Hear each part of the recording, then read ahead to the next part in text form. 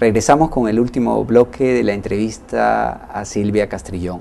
Silvia, ¿qué piensas sobre aquellos libros que se utilizan mucho las palabras soeces en sus textos? ¿Tú crees que un libro no lo debe de utilizar para niños? ¿Sí debe de exigir, debe de estar esas palabras? ¿Por qué?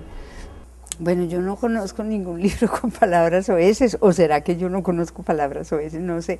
El tema, a ver, yo creo que en ese tipo de cosas, pues que uno no debe establecer unas censuras de antemano con los libros. Si hay un libro que es de muy buena calidad y si la condición misma del libro exige que la palabra esté ahí, si no es gratuito la presencia de una palabra en un libro, si es necesaria esa presencia de esa palabra, pues como en la vida tiene que estar ahí, ¿no? Pero a mí me parece que lo único que uno no puede tratar de hacer es hacer libros para o libros en contra de, o libros para escandalizar, o libros para transmitir ciertas ideas preconcebidas del mundo. Por ejemplo, ahora es muy común que los editores pidan libros sobre temas especialmente dirigidos, por ejemplo, a los preadolescentes y adolescentes, sobre temas que son temas difíciles, temas álgidos, temas que los maestros no son capaces de enfrentar en una discusión clara y natural con los niños, y que necesitan la estrategia de tener el libro en la mano para poder ser capaz de hablar de ciertas cosas. Eso me parece un desastre, porque es una utilización abusiva no solamente del libro, sino también de la capacidad del niño de entender temas difíciles de manera un poco más directa. La incapacidad del adulto de comunicarse con los niños es lamentable, ¿no? Yo lo que pienso es que los libros no deben, uno no debe predeterminar mediante los libros cuáles son los temas ni los propósitos que son extraliterarios en la mayoría de los casos para elaborar los libros. Pero obviamente que si es un libro, la literatura siempre ha abordado los temas más difíciles de enfrentar.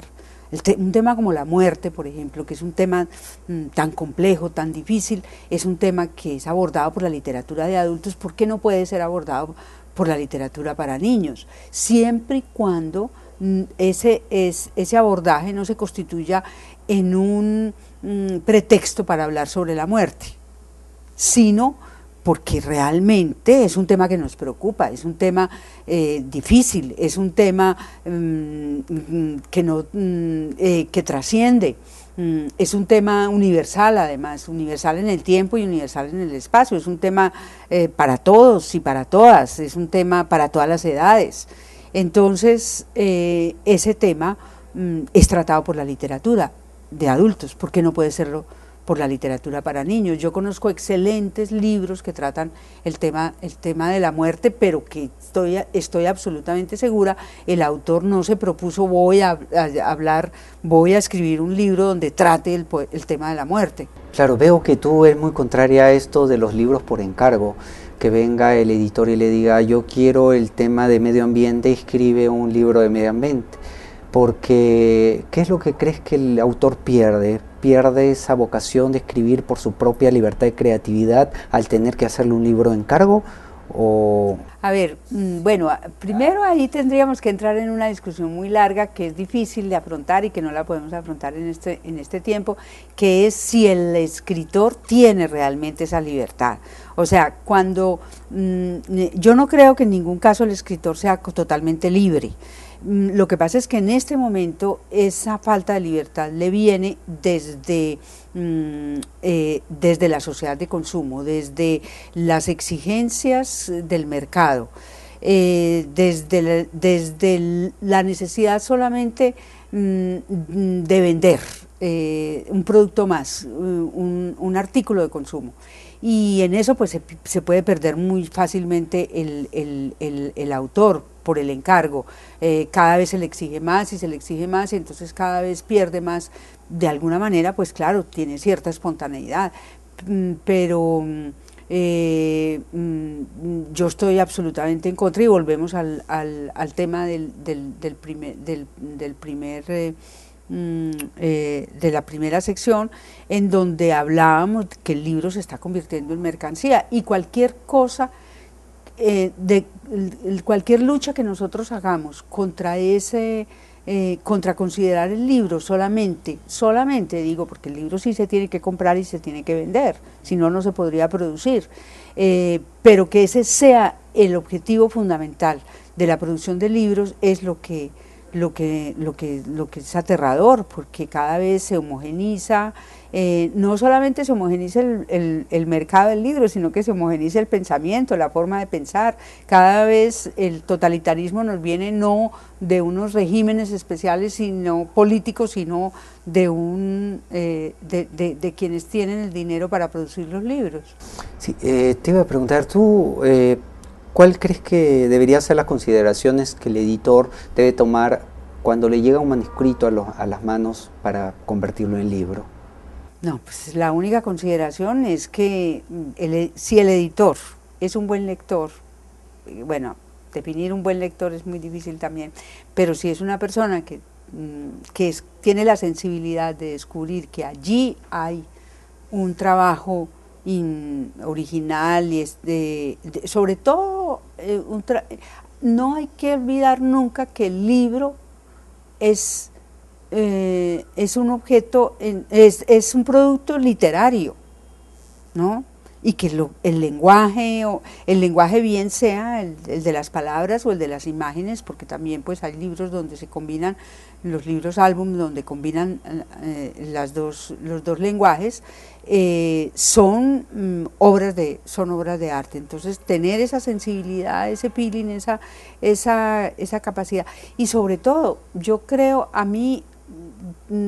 para mí un libro es un libro que diga cosas importantes, o sea, que me diga a mí cosas importantes, que me impresione, pero esa es mi lectura, y esos son los libros que a mí me gustan, o sea, que me digan algo que me deje pensando, y que me deje pensando no por mucho tiempo, no por el momento en que leí el libro, sino algo que impacte, algo que quede, que vaya más allá, que me lleve a mí un poco más allá de lo que estoy. Y estos libros que se publican últimamente con CD, ¿cómo lo ves como producto? Porque hay algunas discusiones para algunos especialistas de la literatura que dicen que no deberían de ser publicados con CD porque pierde el valor de la lectura. ¿Qué opinas? No, pues depende, yo creo que en esas cosas uno no puede generalizar. Yo pienso que depende, si es un buen libro con, por ejemplo, romances, y en el libro viene un CD con la música que se le han puesto a esos romances o a esos... si no sobra, es posible. Lo que pasa es que muchas veces esos otros elementos duplican el libro. Eso sería lo que, si está diciendo las mismas cosas de otra manera, pues tal vez sobraría el CD, pero hay momentos en que el CD puede ser un añadido excelente para un libro. ¿Y qué piensas de estos nuevos libros que están apareciendo, de libros virtuales o libros digitales? A mí el tema del soporte del libro no me importa mucho. A mí me gusta muchísimo más leer en un libro de papel, en un libro impreso en papel, porque me parece que de alguna manera para mí en este momento, ahora, es mucho más agradable, mucho más legible, mucho más manejable. Tiene menos inconvenientes que de los demás aparatos, pero si yo no tengo, yo no tengo ningún inconveniente en leer en una pantalla o en leer en otro aparatico que me permita leer.